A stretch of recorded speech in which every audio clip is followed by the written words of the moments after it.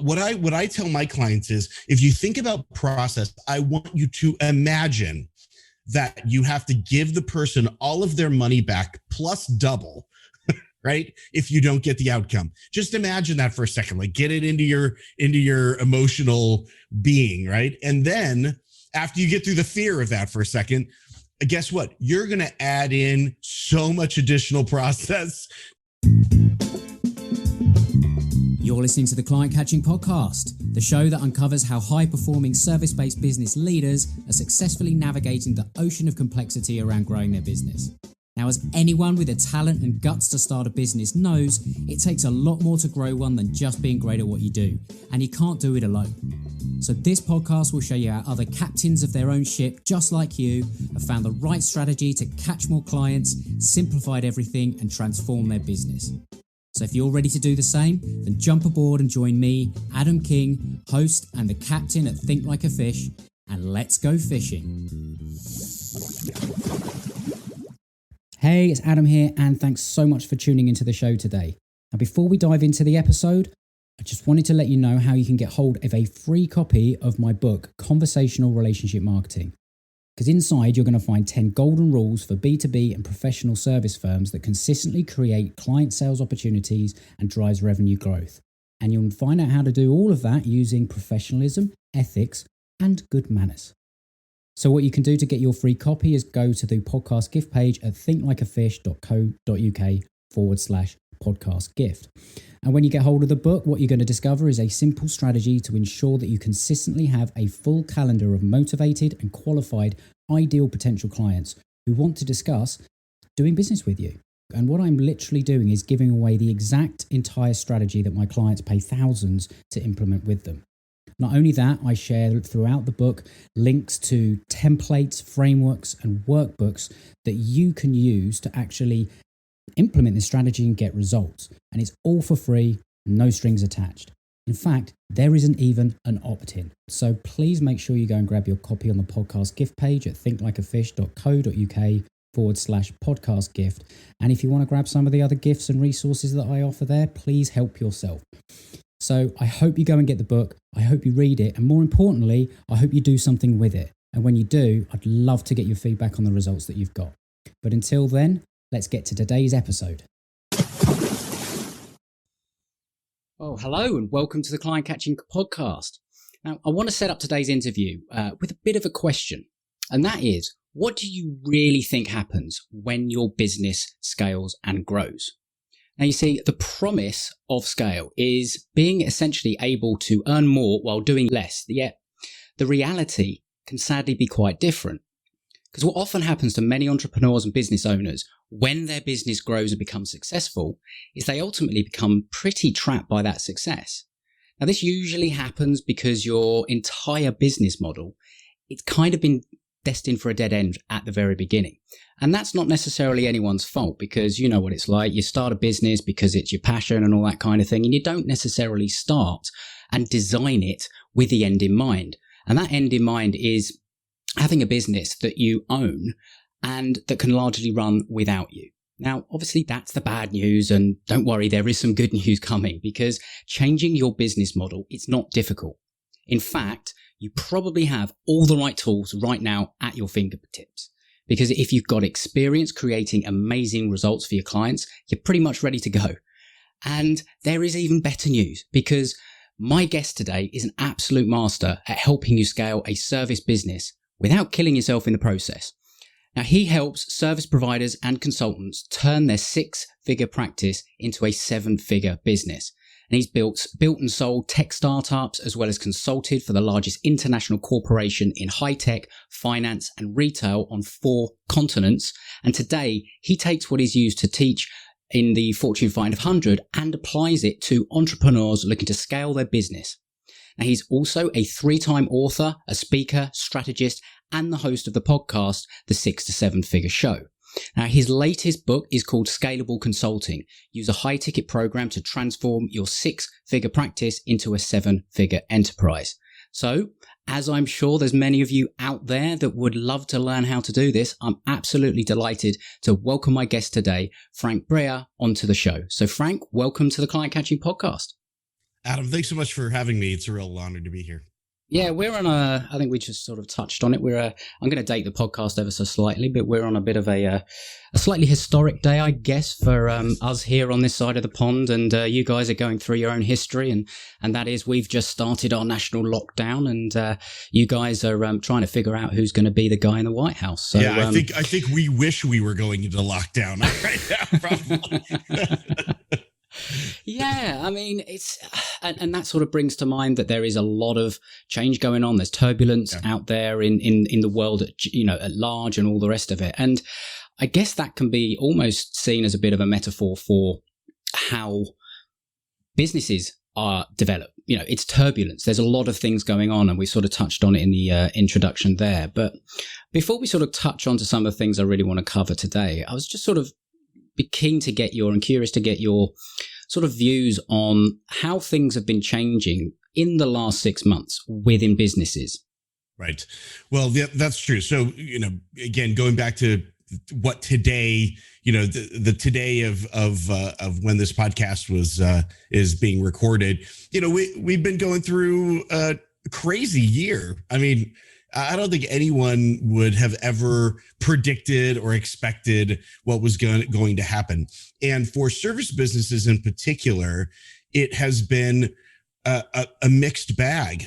I've some business owners that have been, their incomes have been completely decimated by what has happened. And then you have other business owners who are, I've talked to a number of them where they kind of say, Frank, I don't want to say this out loud, but this is the best year we've ever had. And it really does come down to a business model and taking advantage of the trends that are there. There's some business owners that see trends quickly and jump on them and make changes. And then there's some that don't.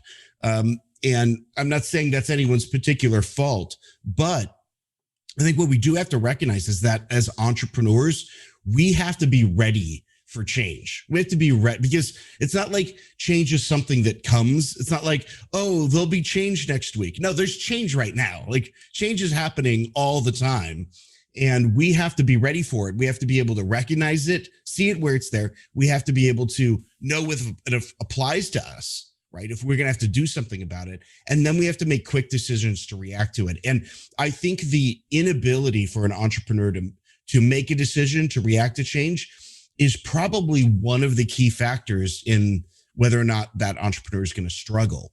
That making quick decisions and reacting to new information is probably the number one success factor for a CEO of any company of any size. Yeah, and that's something that's come up a fair amount of times with other guests on the show as well. It's that adaptability factor. It's right. Being able to spot opportunity, but also spot danger coming around the corner, and pivoting is the buzzword that's going around at the moment. But it kind of encapsulates some of the things that people need to be thinking about. And it's interesting that, change is an ever present. The only thing constant in life is change, as the famous quote goes. And I think that there's two types of change. There's change that you can anticipate, and there's change that you can't. So there's kind of the proactive change and the reactive change. And we've had to react to a certain degree to the circumstances, and that kind of change. That's the thing that I think everybody is focusing on, or heavily focused on, because that's the thing that's shouting loud right in their face, and it's the thing that is requiring the most attention right now. But I think that the type of change that I certainly feel that you have your expertise in, and we sort of touched on it in the introduction, is that change around a model and a business model. And that's something that can be more proactive, and you can consider it. So why don't you sort of describe what you mean in terms of what's the kind of before business model that you see people struggling with, and the after business model that you help them to put into place that helps them achieve the scale that we're all after? Yeah. The service business life cycle is pretty common. So as you mentioned, it's something that we see. It's a pattern. It happens again and again.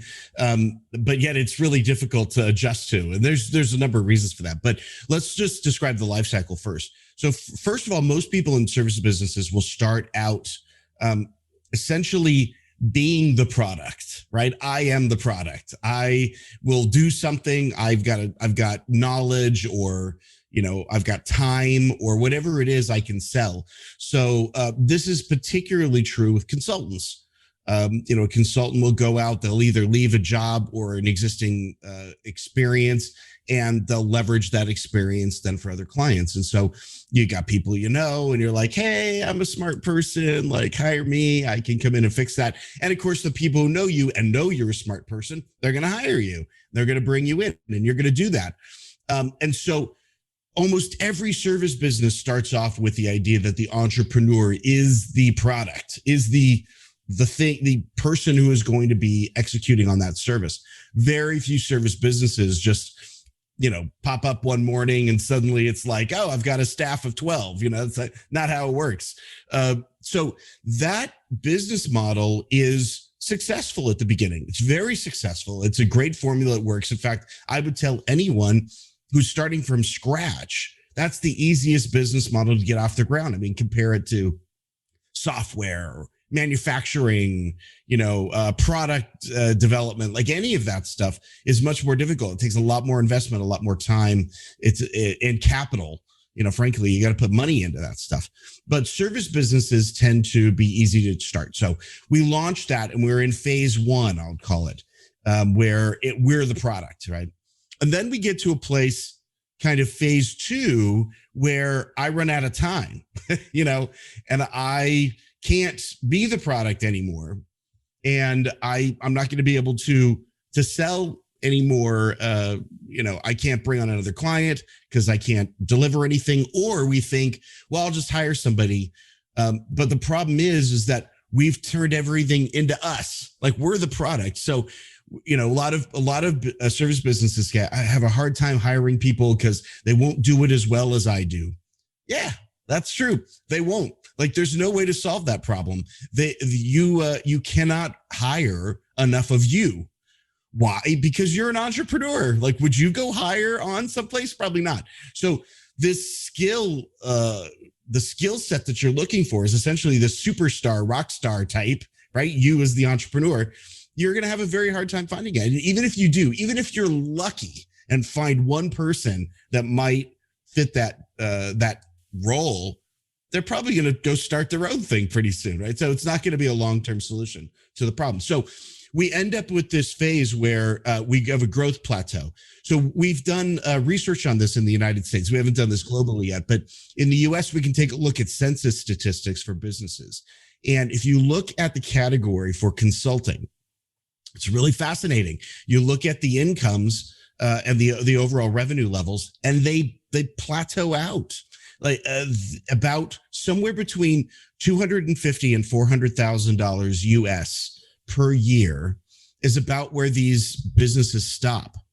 They almost none of them get beyond that as a percentage. Now contrast that to other business types, software, manufacturing, retail. They tend to go higher, a lot higher, and it's not because their product margin or their profit margins are that much better. Sometimes they're not. Sometimes they're much worse. But it's just difficult to grow a service business beyond that. So we see it in the data. It's not. You're not crazy. It's not you. You're not just bad at this. It's really difficult to break through that barrier as a service business. Yeah, because I think that. I mean, it's certainly the experience that so many people I talk to. I've been on that roller coaster. That's exactly how you could have described how I started, right? And probably everybody that you talk to has almost an identical story, right? I think as well, especially talking about the changes that we're seeing and some very smart people, senior people that have been in corporate roles, for example, have now found themselves needing to go and maybe find something else because of their situation and the job market and all the rest of it. Now they're probably about to take this step into thinking, well, I've got all these years of experience. I'm going to go out and become a consultant or some form of service provider based around the skill. So they kind of go into that thinking, well, I've got my network and all the rest of it. I'm just going to go out there and hang my sign on the door and I'll be fine. different story though, isn't it? In reality, when as you say, you can get to that first stage fairly simple if you've got a decent network. It's getting to stage 2 and then 3, 4, etc. That I guess you don't necessarily think about. You haven't started with that end in mind. That's right. And you don't realize that there is that plateau looming. That's right. And that becomes actually the fundamental challenge for most people, is that when they get to that place where they're stuck, it's almost like, well, I just want to do is to keep going in this direction, right? I've started off in a particular direction. I'm just going to keep pushing through. And we feel that resistance and we just think, oh, I just have to go head down into it deeper and harder and more time and more energy. But the problem is that direction is broken. That direction's dead. That's a dead end you're on. And so this resistance you feel is not just the wind's harder and I've got to push through it. It's that you've reached the end of that line and it's time for you to shift. So let's talk about that shift. And I've referenced, starting with the end in mind. Why don't we do that? Why don't we sort of start with the end and what the kind of that leverage and scalable service business looks like, and then work back through the steps on Sure. Somebody that may well be listening to this and they've just started, or maybe they've got some success and they've been established for a few years and, they're doing pretty well, but they are reaching either the plateau personally or in the, with the business, and they're having to rethink all sorts of different things. So where is I guess there's never an end point. We all know that in business. We even had that quick conversation at the beginning, but there's never that you never arrive at the destination. But where are you trying to get to? Yeah, so let's contrast the end with where we started, right? So when we start off and we think, okay, well, I'm just going to go out and do everything. The end is exactly the opposite of that, right? The end is to have a business where you can fire yourself from the business, right? So imagine having something running that doesn't need you at all. Not only are you not the product, you're not anything to it. Now, I say that in that it's your IP, it's your, you created it, you ran it. But you have to think of yourself at the end as the investor. Imagine owning stock in your own business. And the only thing that you do is you open up your statement to take a look at how your stock is doing. Now, there is a long path between starting off and getting there. But that's what I want you to imagine as the end state. The end state is you're the investor. So there are a number of things we have to do to get from here to there. But the first thing we have to think about is I need to build a business that makes me redundant. That's the first thing.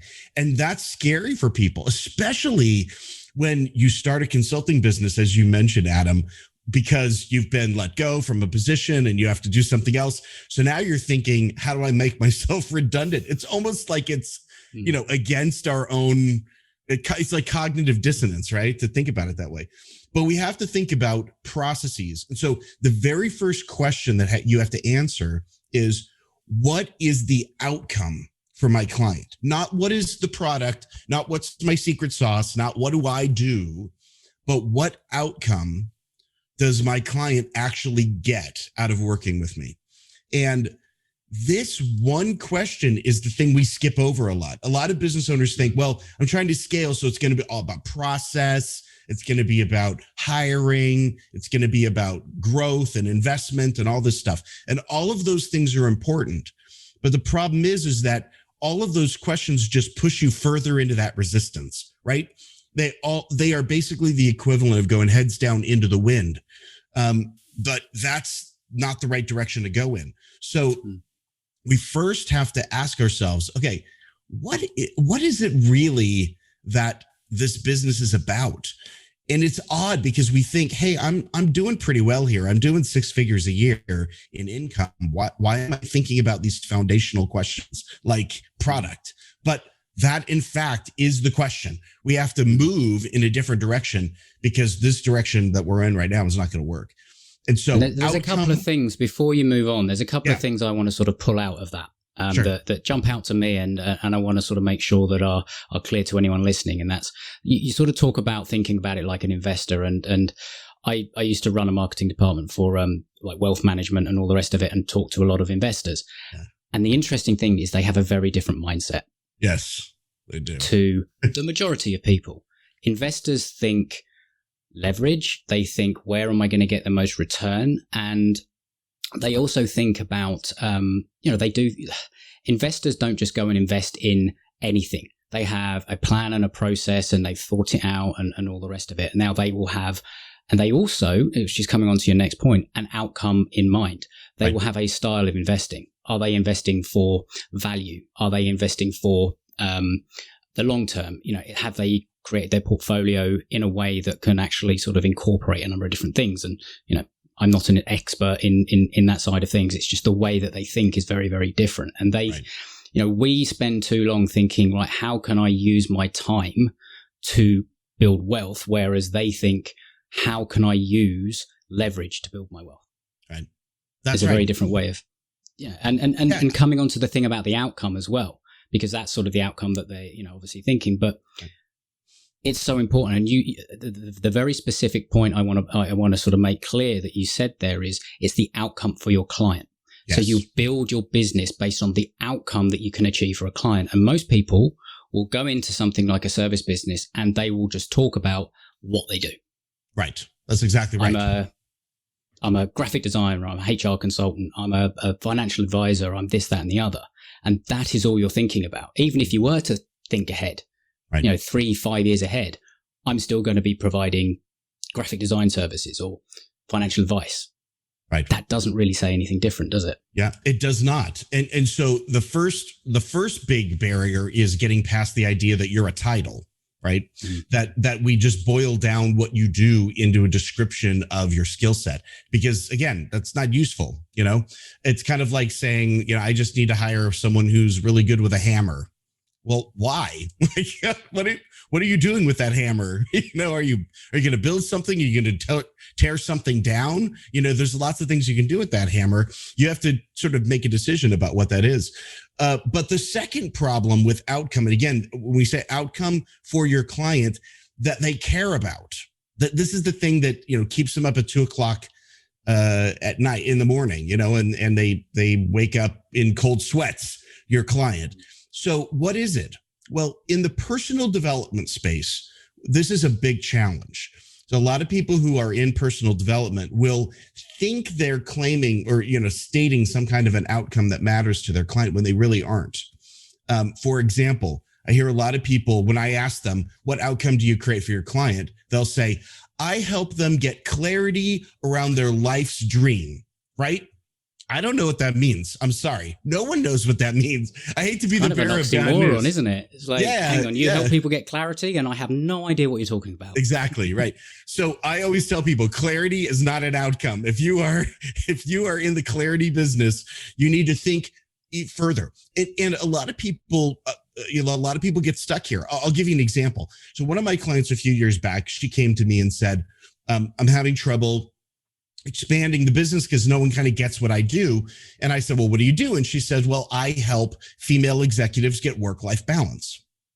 Okay, well, we kind of all know conceptually what work-life balance means, but I asked her and I said, if you saw a woman walking down the street, would you know if she had work-life balance or not? No. Okay, could you ask her 3 questions to help her understand if she had work-life balance? No. So how are you going to market that? Like if your entire audience can't even agree on what this looks like, how are you going to market it to people? How do you connect with them emotionally? How do you say the words that go, oh my gosh, she totally gets me? You can't. So we dug in a little bit further. And what we realized was for her clients, they applied work-life balance to achieve something in their lives that was important to them that they couldn't get any other way, right? Because most people that don't have work-life balance, other priorities are taking them off of what they really want to do, right? So she changed what her positioning was for her outcome. And she said, I help female executives with family, again, so we got family and career. I help them set and achieve one audacious goal for the year. And by the way, if your audacious goal is reorganizing your pantry, I am not your woman, she would tell people. So this completely shifted what she was doing. So instead of like talking about work-life balance in some ethereal way, her entire marketing campaign was transformed. She'd bring these female executives in for a free lunch. You know, they for an hour. She would basically get them to think about this audacious goal, and they'd write it down, and they'd stand up and they'd read it out loud, and everyone would applaud. And there's all this emotional momentum around this, right? And then at the end of the lunch, she had the easiest close job ever.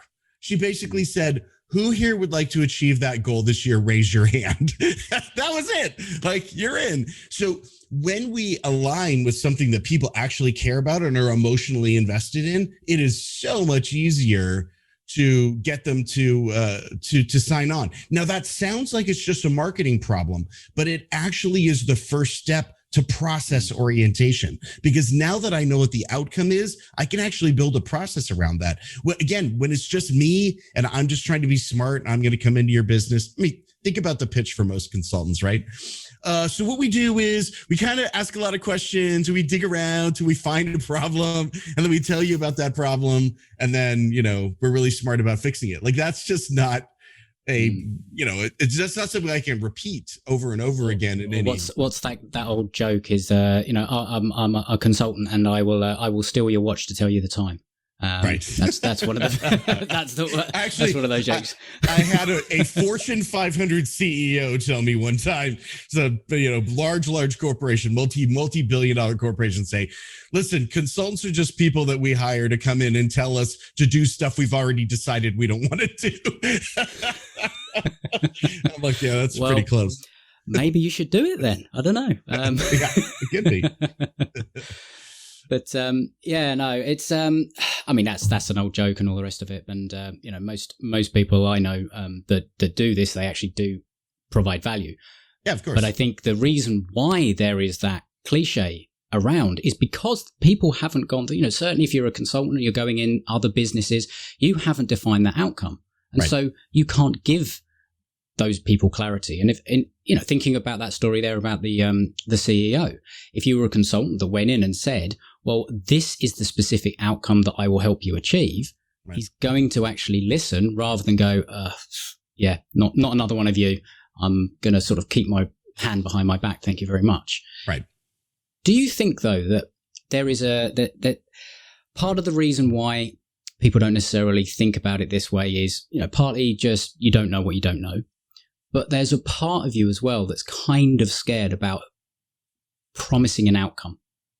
Oh, absolutely. I mean, we're all petrified to death of failure. I mean, that's like the number one fear that any human being has. Forget entrepreneurs. Like we just are scared of failure. We're scared of finding out that, especially, not to make this a gender specific thing, but for a lot of men, being found out as a fraud is like a deep seated fear for most men. But any entrepreneur is scared of failure. And so, yeah, of course, a lot of times we look at an outcome and we go, well, that's kind of scary. I don't really want to stick my neck out for that. So let's pull it back in a little bit, right? I mean, think of like a social media consultant, right? So social media consultants will say, we get your Twitter account working, so we make sure the tweets go out and all that good stuff. Well, that's controllable. That's something I can feel like I've wrapped my arms around. But again, that's not what your client's like waking up at 2:00 in the morning thinking, oh, my tweets are out of control. That's not what they're thinking. They're thinking, I need more leads. I need more money coming in. And that's social media is supposed to serve that end. Well, if we don't connect ourselves to that end result, then we're just a cog in the works. I mean, like to kind of give an example of the auto industry. Do you want to sell brake pads or do you want to sell cars? Which one of those two things do you really want to build a company around? And I'll tell you that your client is going to be much more likely you got more clients that want cars than brake pads. So are you going to be a cog in the wheel, or are you going to actually connect to the outcome? And by the way, that doesn't mean you have to personally deliver it all, right? You're going to have strategic partners and people you can work with who deliver the pieces of that value chain that you can't do it. But absolutely, you want to be seen as the one-stop shop. You want people to come to you for that. And again, that's process. It is much easier to identify each of those steps along the way as process than it is to, say, well, we just do tweets and that's it. That's all we do. And there's a huge piece in there that I don't want to slip by, and that is you talk about the promise, the outcome, what it is that you want to deliver, but you don't necessarily have to be the one that delivers all of the moving parts that lead up to that outcome. And I think that's huge, because that's a big thing to get your head around. If you're starting from a position of, this is my title, I'm a financial advisor. But if you're promising an outcome that whether or not you can necessarily, I guess, promise or work towards with just you doing that, it could be, I'm a financial advisor, but my big outcome is to help entrepreneurs build a business that can be sold for a 8-figure exit in 10 years. That's a big outcome, right? You're not necessarily going to be the one that can actually do all of those moving parts. Right. I mean, you're not going to come up with the cash. You're not going to, they still have to do the work. And I mean, financial advisor is a really great example of this, right? Even if you pull back the promise a little bit, financial advisor helps you, let's say, just retire, right? Retire well, right?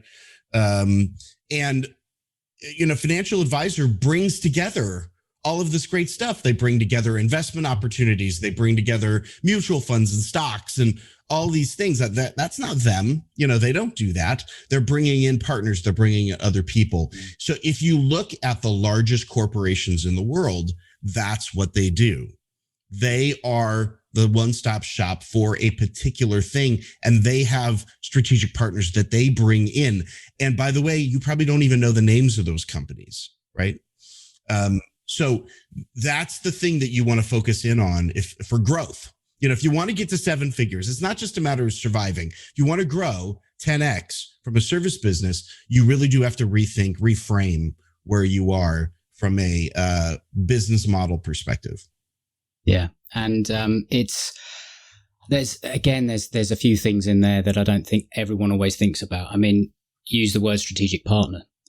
That's a big part of my model, for example. It's, and even the introduction to this podcast is, I even sort of say that you can't do this alone. Building a business is not easy. You can't do it alone. You'll need people that work for you on your team. You need people that are in your industry helping you, strategic partnerships, all sorts of other people that even if you are just a one-man band, right? You still need other people. You can't do it on your own. It's absolutely impossible. Right. Yeah, you can't do it on your own, and you can't do it with all of the stuff that you thought was working. The metaphor I like to use is like a rocket ship. As a rocket ship is going off into space, what happens? It gets to a certain stage and it jettisons the entire lower section. So we don't think about this, but this is actually a big mindset problem for a lot of entrepreneurs. That bottom section of the rocket contained all of the fuel that got the rocket to that spot. And what does the rocket have to do? If it wants to continue to move on forward, it has to jettison that entire section. So for us, that's like, wait a minute, I don't want to jettison all of the stuff that got me successful. This is the model that I've been using that got me to where I am today. I don't want to jettison that. But what happens if the rocket doesn't jettison that lower section? It falls back down to earth. Like, it does not get to continue on in its trajectory. And that is a big problem for a lot of us. We get stuck with this idea that everything I've been doing up till now has been working. And so shifting off of that feels like danger. It feels dangerous, right? But it's exactly what we have to do. Yeah, and it's very, very common. And that's kind of like the sweet spot that I like working with people with. They've got to that point where what they've been doing to get them to one level is not going to take them to the next. And they're in that crossroads. It's like, I don't actually know what to do. I'm established, I'm successful, but I can't seem to get through to the next phase. And I really just don't know what to do. And that is a common thing. And there's a great book. I don't know whether you've read it, by Michael Masterson, Ready, Fire, Aim. And that's a book that basically, it talks about the different layers of a business. And essentially you almost have to reinvent your business at certain levels as you grow and as you scale. And that for anyone just is worth reading, even if you're right at the beginning, because it kind of gives you the ability to predict where you're going to go and what you're going to need to think about next. That without that sort of foresight, it comes as that, the change comes as that surprise. It's like, whoa, I wasn't expecting this. Like, actually, you can, I guess, preempt the challenges on the way by just learning from other people that have been there before and are actually sharing their knowledge. And that's my recommendation in terms of sort of thinking about where you are in terms of size of business and growth level and scale and all that kind of thing. So that's a great book. It really is. Yeah, and he knows what he's talking about. Grew or part of Agora, wasn't he? I did some work for them a while ago. They're an incredible company. Like when you get inside and you see what process looks like, it's incredible. But side point. So let's talk about then what's then the actual deliverable to a client of a scalable service business, because maybe that's not 100% clear in terms of, okay, kind of get it from a conceptual point of view, but what am I actually doing? Right. So essentially it's at this point, now that you've rethought the direction and we now have an outcome oriented focus, we're actually set up for success. Okay. And it then becomes people and processes. And I've got the order backwards: processes first, then the people to execute them. So once we have an outcome, I can now set up what that process is going to look like. And, what are the steps that I need to take my client through? Every single client is going to be starting from the same point, right? So we call that A, and we want to get them to the same point, say Z. So how do I get them from A to Z, right? And writing down literally every single one of these things in and understanding what that process is going to look like. And this is an incredibly important exercise, because the moment, what a lot of entrepreneurs do is they will go through that process and they'll hit a place and then they'll go, well, now it depends. Right now it depends. If they're this, we have to do that. And if they're that, we have to do this. And that right there is your warning sign that there's a problem. Anytime you hit it depends, you're going to run into trouble. And the it depends is a function of, I don't have a clear enough definition of it, either exactly who the person is that I'm working with and the state that they're in, or exactly the outcome I want to get them, right? So this it depends is still ambiguity that we have to iron out of our business model. So once you can write down the steps without any it depends along the way, then you're set up for success in a repeatable process that I can staff and do over and over and over again. I mean, we really have to think about this like a manufacturing line, Again, going back to cars. If I'm making cars, there isn't a place in the manufacturing line where the cars split off into two different directions, because, well, sometimes we're going to do this, sometimes we're going to do that. Like, it's the same manufacturing line. And a lot of the things that we think are different are actually really the same. So, it doesn't matter what color the car is, because on that last step, when it paints all of the metal, different colors come out of the paint machine, but it's still the same stage. So we have to kind of think very creatively through this process. Like, how do I do the most for the most amount of people with the least amount of change to process? So that's the first thing you have to do is get the processes right.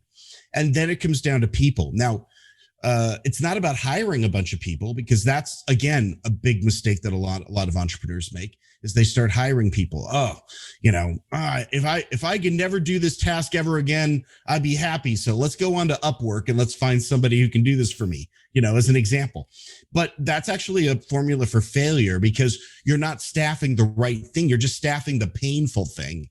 And that's not necessarily the right thing to do. So what we do with a lot of our clients is we'll take them through an exercise where you actually write down an org chart for the company, an organizational chart for the very first time. And people are like, it's just me. It's just going to be one box at the top. And so we talk about functional org charts. So forget who staffs them, but your company if you think about this process, and again, you have to have the process down first. And that, again, that's a big mistake people make. Figure out the process, and then you can actually write down, well, I'm going to need 3 people to do this part and 1 person to do this part. And you can actually write out this full org chart and identify the skill set of the person that needs to be there. And they should be very specific. I need a writer, I need a Facebook ad marketing expert or whatever. You can actually put skill sets associated with these boxes. And then you go through and you put names in all the boxes. And at the very beginning, it may be Frank, and all the boxes, because I'm doing all the work myself. That's okay. But now you know exactly what functions you're going to have to hire for, and you can start to prioritize them. Okay, well, the first person I need is a writer. I need a writer.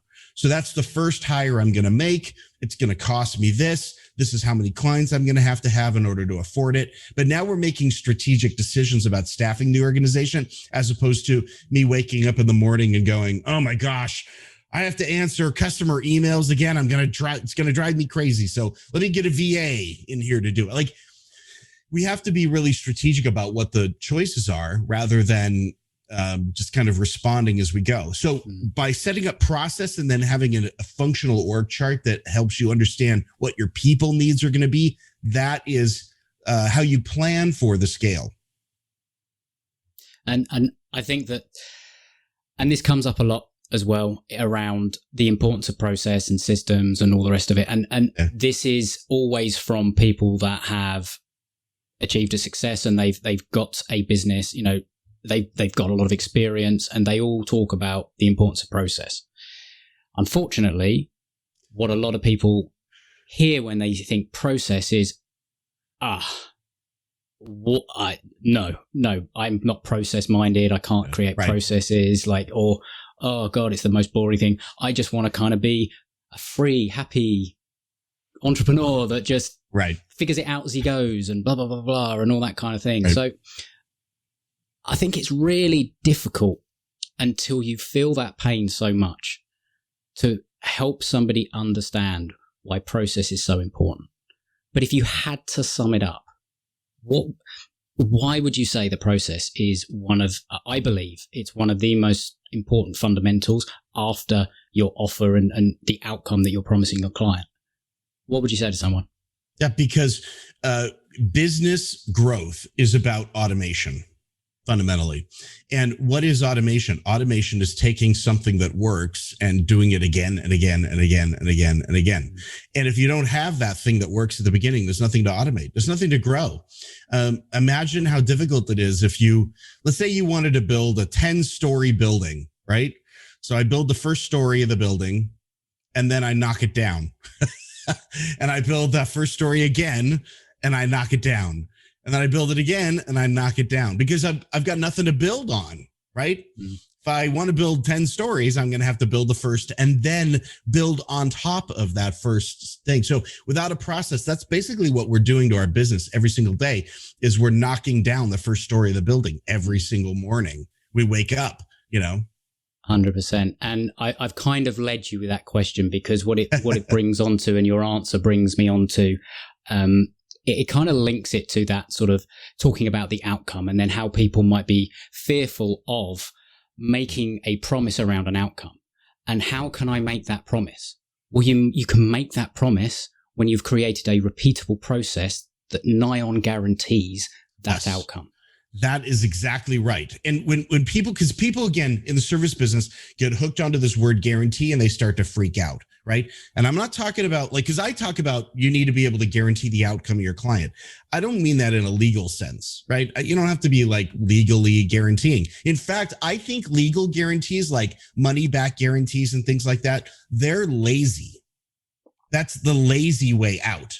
What I tell my clients is, if you think about process, I want you to imagine that you have to give the person all of their money back plus double, right? If you don't get the outcome. Just imagine that for a second, get it into your emotional being, right? And then after you get through the fear of that for a second, guess what? You're going to add in so much additional process to make sure, right? It's like, okay, well, so I guess if I have to double guarantee the results, I better call my client before the due date to make sure they're really okay to give me back the things that they need on that due date, right? So we start to put in things like accountability. We start to put in things like mentorship into our service business. And that wouldn't have shown up in the process at all if we had thought about it.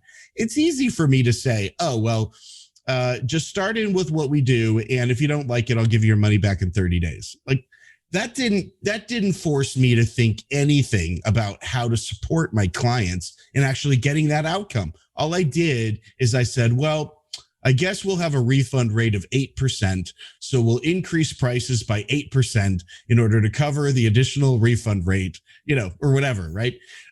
That's lazy. That's lazy. It really does come down to exactly as you mentioned. We have to think about all of these different things. And when you do that, then you basically are guaranteeing the outcome because the process, if I go through 1, 2, 3, 4, 5, there's no way I can't get them to where they want to go. And I agree that the whole sort of thing around, guarantee, like that word, it instantly triggers something in people's mind. It's kind of like, oh, well, that gives me an out, or it gives me a reason to stop, or when things get tough, oh, I've got 30 days and I never got round to it, or I'm just going to stop. Like that gives people an out and gives people an excuse. So I don't necessarily think it's always in the best interest of your client to offer a money back guarantee after a certain period of time. Yeah, certainly not as a substitute for you doing the work to actually make sure you have a decent product, 100%. Or a decent service level. 100%. And I prefer the term that's been evangelized by Jay Abraham, which is risk reversal. And if you can figure out a way to reverse the risk, rather than it being a guarantee. Like a guarantee is a form of risk reversal, and yes, it does work in certain industries and all the rest of it. But if you can figure out a way to reverse the risk to the client, but at the same time show that they still need to be part of the process to achieve the result. Right. It's a very different but nuanced thing there. Right. But yeah, and I think that the word guarantee is just, But, we had this sort of conversation before. It's so interesting, though, how many people that offer services of any description don't necessarily, I'm going to use the word guarantee, but they don't guarantee the result, or they don't do everything necessarily to achieve the result. It's like, well, they didn't achieve the outcome. Oh, well, that was their fault. Right. Whereas you're a very big believer, as I am, that it's kind of your moral obligation to ensure that your client gets the result once they come on board and they give you their time, their trust, and their cash. It's your moral responsibility to help them because you've got a process that can get them a result. Sometimes people just need a few extra things along the way. Right. And that to me is barrier to entry in the service business. Like I think you need to be emotionally and morally invested in your client's success. That has to be, if you don't have that, none of the rest of it is going to matter because you're not going to grow. And we all see companies like this, right? We have all heard entrepreneurs say, hey, I'm going to teach you what you need and the rest is up to you. And, if you don't put into action what I teach you, that's your fault. And there's a lot of that bravado out there. And first of all, that's garbage. Like, I just want to say right now, unequivocally, do not hire those people. Okay. Mm-hmm. It's garbage. And I'll tell you why it's garbage, because we would never accept that attitude in anything else. I mean, imagine if, you sent your child to school and the math teacher stood up in front of the class and said, I'm going to teach you what you need to know. If you don't do it, it's your fault. You're never going to learn math. You're never going to get out of my class. We would immediately say, get my kid out of that person's classroom, right? But somehow, like in entrepreneurship, we think that's cool. No, there's so many other things besides teaching that need to happen for someone to execute, right? A service-based business is essentially a combination of three things. It's skills, accountability, and mentorship. Okay. Your client may in fact need to learn skills, but that's not going to be enough to get them to what they want. No. And if you don't believe me, then go get brain surgery from the guy who just read the textbook. You're not going to do it, right? You know that your client needs more than that. And so this attitude of, well, I'll do my part and then just throw the rest over the fence to you. That's just it never works. It doesn't work in any other element of helping people. And I don't think it's particularly helping people. I just think it overloads them with more stuff, more videos they need to watch, or workbooks they need to fill out, but actually no results. Yeah, 100%. And yeah, it's funny how that. And first of all, I'm glad that my maths teacher was never like that. I mean, I literally I scraped through like that. I mean, dyscalculia and ADHD all mixed up together, which means maths was never my strong point. But I did have a good maths teacher. And that was all about, okay, he's struggling with the skills, but right. The mentorship, the accountability, and it wasn't just the teacher. It was bringing in my parents, I remember at the time, to, really help with all that kind of thing. And I scraped through. I just about scraped through. But none of that would have happened if that teacher had stood up there and gone, well, figure it out. I'm teaching you what I'm teaching you. If you can't do it, it's your fault. Right. Well, Jesus, talk about exactly. I started my career as a math teacher. That's why I taught mathematics at the university. And so I can tell you that doesn't work. No. But it's an example of, if somebody who can literally not add numbers in their head, literally that is not something I can do. Found out I was ADHD in my 30s, which kind of had a piece of it. But if somebody with those kind of things can be nurtured and taught to an outcome, which was get your, at the time, GCSEs in maths. Yeah. Then that shows the power. Like just, let's step back from the business side of things. Right. It shows the power of, or the requirement of when you're actually offering an outcome to somebody, it's not just about teaching what you know. That's right. It's that accountability, that mentorship and all that kind of stuff. And, I'm aware that we are sort of, coming towards the end of this, and there is so much that I could, continue to ask you about it. But I do know that in order for people to get a real sort of deep dive into the actual process of this and literally step by step, how you would go about sort of thinking about this as a business model, how you would go and implement it, how you would create all the, the org chart that you referred to, how you would plan for your outcome, all that kind of thing. It's within your new book, isn't it? Yes. So the book Scalable Consulting, we basically took everything that we've been doing with our clients and distilled it down and made it super pragmatic. I mean, you mentioned at the beginning, I've written a few books, and one of our earlier ones from 2015 called Scale. The feedback we got from that was, this is really good, but it seems kind of theoretical. Like it's still very conceptual. And that's nice. I mean, sometimes you do need to read a book that's very conceptual, but this is not that book. This is, okay, this is what you do in week 1. This is what you're going to do in week 2. This is what you're going to do in week 3. So we took all of the processes that we execute for our clients and we wrote them down and put everything in there. You literally have the entire plan of attack for how to do this in the book. And it takes you essentially from, okay, so I have a skill where I can execute and I get good results, right? So if you're just starting out, you've never had a client before, this might be a little bit further along for you. But if you've worked with clients and you've gotten some good results, you've got testimonials from people, by hook or by crook, as we like to say, it doesn't matter how you got it. You do know how to provide a service to a client, then it's probably a good place to start.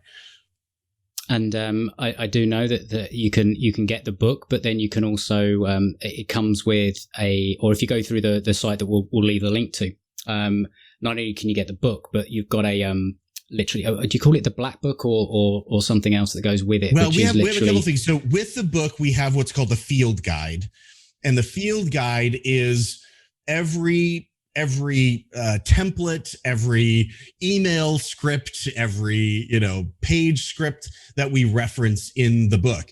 A lot of people like that. Some people don't, some people like to be able to put their own things together, and they're really talented copywriters, or they're really talented with outreach or however. And so they don't really need that. But everything that's referenced in the book in terms of, okay, go write, go put a piece of content out there that highlights this.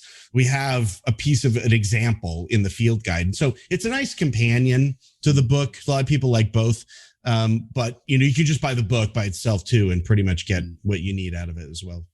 Yeah, I wanted to sort of mention that one as well, because I think as we covered there, some people just think process and all the rest of it. Like that field guide essentially gives you all the processes that you need in order to actually, do it. There is nothing left to, there is complete clarity in that field guide, right? Yeah, well, I would like to think it takes the how do I make this work for me part out, because a lot of times, again, when you teach a skill, there needs to be mentorship. Like, how do I take this and make it work for my own individual situation? Mm-hmm. So a lot of the templates are like, okay, insert your 3 bullet points for your, thing here. And so it takes that concept and it molds it into, what you're going to do in your own business. Absolutely. And you can get the book and also you have a program that actually walks people, and you give them not just, obviously the book will give them the skills, but then you give them additional skills and also the accountability and the mentorship as well. So I'm sure the information you'll be able to find on the links that we'll leave in the show notes. But if somebody's around and not able to check this out, what's the website to go to take a look? Scalableconsultingbook.com. So just www.scalableconsultingbook.com, and you can pick up a copy of the book there. And as you mentioned, there's other options as well. But that people should feel free to leverage the elements that they think they need, and we're certainly not trying to push stuff that people don't need. So just take what you need, or what you think works for you, and if we can be of assistance, of course, we'd love to be. There's elements you can't get out of a book. Sometimes you need someone to kick your butt. Absolutely. So we have a program that does that, as you mentioned. But that's a great place to start. Yeah, definitely. And if people do want to reach out and talk and connect with you directly, are you sort of LinkedIn? Are you a user of LinkedIn? Where do you like to connect best? Yeah, LinkedIn's a great place to connect. What people will find is, because a lot of people ask me, well, Frank, is this like your thing now? Like you just do this helping consultant thing? Or no, I'm actually my consulting practice has become something else. We've scaled it. And so I use LinkedIn for that. It's still part of my, I'm a working service provider to corporations. And so when you come onto LinkedIn, that's what you'll find, that profile. But feel free to connect with me on LinkedIn. Do mention, that you either heard me on Adam's podcast or whatever. I do get a lot of connection requests, and it's hard to filter through them. So if you just send me a little note and say, I heard you, then we can connect and continue the conversation there. But LinkedIn's I'm probably most active there.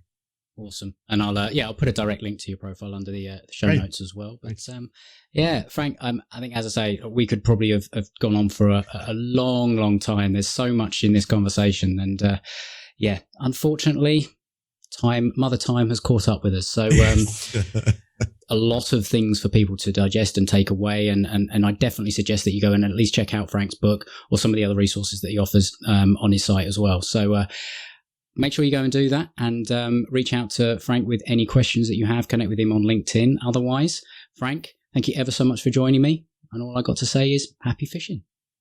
Thanks so much. So there we go. That's it for today's episode. I hope you enjoyed it. I hope you got some great ideas and found it really valuable, and you've got some things that you can now go off and do in your own business to help grow your business and attract and catch more clients. And if you have found it valuable and you can think of just one other person that may find some of these ideas helpful and help them grow their business, please share it with them, because they'll thank you for it. So also don't forget to grab a copy of my book, Conversational Relationship Marketing, from the podcast gift page at thinklikeafish.co.uk/podcast gift. And all that's really left with me to say is thank you ever so much for listening today. I know there's a lot of podcasts out there you could be listening to. You've chosen this one, and for that, I am truly, truly grateful. If you're a first-time listener or a long-time listener and you haven't yet subscribed to the show, please make sure that you do, because you'll get updated of the latest episodes every time they come out. And if, again, you are enjoying it, I'd really, really appreciate a honest rating review on Apple Podcasts. I read every single one personally, and they do really mean the world to me. And yes, they help others find the show. If you're able to do that, again, I massively, massively appreciate it. But until next time, happy fishing.